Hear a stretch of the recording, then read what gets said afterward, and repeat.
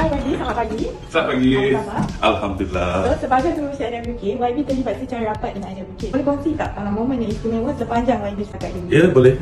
Sejak saya dilantik sebagai pengurusi baru AWK dan sejak kali pertama saya masuk ke pejabat AWK, saya telah menanam satu tekad dan satu iltizam untuk memastikan bahawa tanggungjawab ini dilaksanakan dengan sebaik mungkin.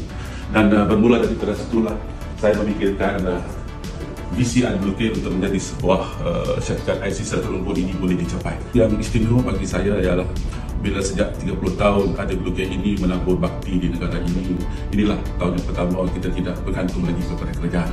Dulu kita mendapat bantuan daripada kerajaan dalam bentuk subsidi. Dan yang paling istimewa bagi saya sebagai pengurusi AWK ialah saya menjadi sebahagian daripada warga Indahan yang meraihkan menyambut ulang tahun AWK selama 30 tahun. Dan selain daripada itu, bila kerajaan melanjutkan tempoh konsesi selama 12 tahun sehingga 2034. Apa pengalaman yang paling sukar bagi dipakai sepanjang menyertai AWK? Bila pertama kali saya dilantik sebagai pengurusi AWK, ramai rakan-rakan saya, sahabat-sahabat saya yang datang menjumpa saya mengucap tahniah kepada saya sambil mengatakan bahawa saya adalah pengurusi kepada segala sisa-sisa perubahan dan segala najis dan kotoran. Dan saya anggap ini sebagai gurauan semata, tetapi dalam masa yang sama saya anggap ini sebagai reverse psychology untuk memberi motivasi dan perangsang kepada saya untuk menjadi seorang pengurusi yang dapat menjalankan amanah ini dengan sebaik mungkin. Selain daripada itu, salah satu pengalaman yang saya juga suka lupakan ialah bila saya mengkongsikan bersama kali lembaga pengarah AWK yang pertama. Sebagai pengurusi baru, sebagai orang yang baru, sudah tentu saya tidak mempunyai pengetahuan yang banyak berkenaan dengan operasi-operasi AWK. Bila saya duduk di kursi memfungsikan mesyuarat, saya merasa bangga sebagai anak Sarawak dan sebagai anak Melanau yang pertama yang menjadi pengurusi kepada AWK. Bagi saya ini satu pengiktirafan kepada saya dan ini harus saya buktikan bahawa saya dapat menjalankan amanah ini dengan baik. Dan Alhamdulillah pada hari ini AWK telah banyak menempuh beberapa kejayaan yang cemerlang bukan sahaja di dalam negara tetapi juga di luar negara. Dan malah secara pribadi saya yang banyak belajar daripada AWK.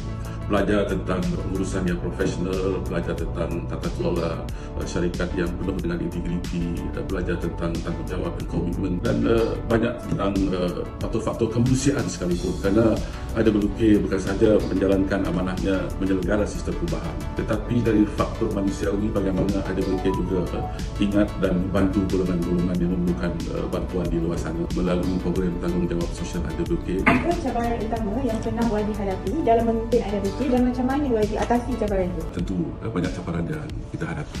Dan cabaran yang utama yang masih saya ingat sehingga kini ialah bagaimana AWK menjalankan tanggungjawabnya kepada masyarakat pada ketika negara dilanda wabak pandemik COVID-19.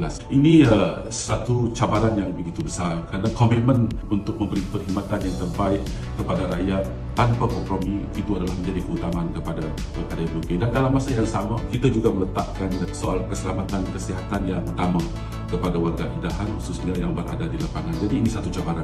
Tetapi Alhamdulillah cabaran ini dapat kita asasi dengan kerjasama daripada pihak perusahaan dan daripada warga Indahan secara keseluruhannya.